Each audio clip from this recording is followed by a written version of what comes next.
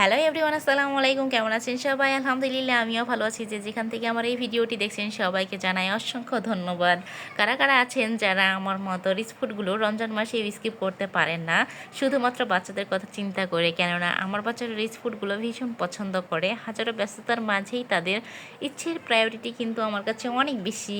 যদিও আমি একজন উদ্যোক্তা, ম্যাক্সিমাম টাইম বিজি থাকি, তবুও চেষ্টা করি তাদের ইচ্ছেটাকে প্রায়োরিটি দেওয়ার। অনেকেই প্রশ্ন করেন, আপু আপনি এত কিছু কিভাবে করেন? আসলে প্রত্যেকটা সময় যদি আমরা মেনটেন করে কাজ করি তাহলে অবশ্যই কিন্তু সব কিছু করা সম্ভব। আমি প্রথমে এই রানগুলো ভেজে নিয়েছিলাম, তারপরে এই যে ব্লেন্ডারে অনেকেই আলাদাভাবে ব্লেন্ড করে মশলাকে, তো তাদের জন্য একটা টিপস, যদি আপনি আলাদাভাবে আপনার মশলাটাকে ব্লেন্ড না করতে চান, সেক্ষেত্রে প্রত্যেকটা মশলা আপনি যে পরিমাণ দেবেন সেই পরিমাণ মশলা একটা ব্লেন্ডার জাগে নিয়ে অবশ্যই আপনার সাথে একটু পানি দিয়ে ওইভাবেই ব্লেন্ড করে নিতে পারবেন। তাহলে কি হবে যে আপনি বারবার যে ব্লেন্ডারে ব্লেন্ড করছেন এক একটা জিনিস, তাহলে সেক্ষেত্রে আপনার সময়ের পরিমাণটা অনেকটাই কিন্তু কমে আসবে। যে ট্রিক্সটা আমি ফলো করি বা আমি করি, এই ট্রিক্সটা ফলো করে আপনারা যদি ব্লেন্ড করেন তাহলে অবশ্যই কিন্তু আপনার সময়ের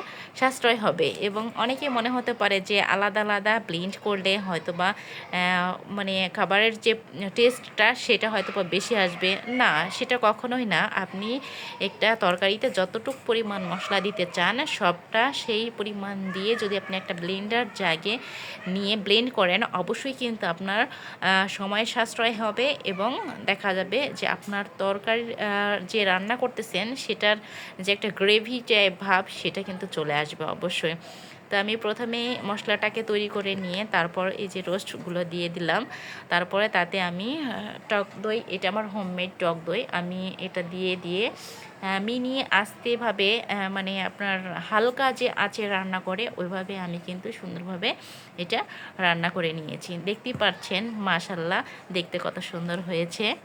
তো আমার বাচ্চাদের আসলে খুব পছন্দের খাবার এগুলো, তারা ভীষণ পছন্দ করে। এই যে দেখতে পাচ্ছেন আপনারা কত সুন্দর একটা কালার এসেছে মাশাল্লাহ। এই যে রেডি হয়ে গিয়েছে আমার রোস্টগুলো। এই যে আলহামদুলিল্লাহ শেষ রান্না, এই যে সার্ভ করে ফেলেছি, সাথে পোলাও করে দিয়েছি। মাশাল্লাহ বাচ্চারা অনেক খুশি। আপনারাও ট্রাই করবেন।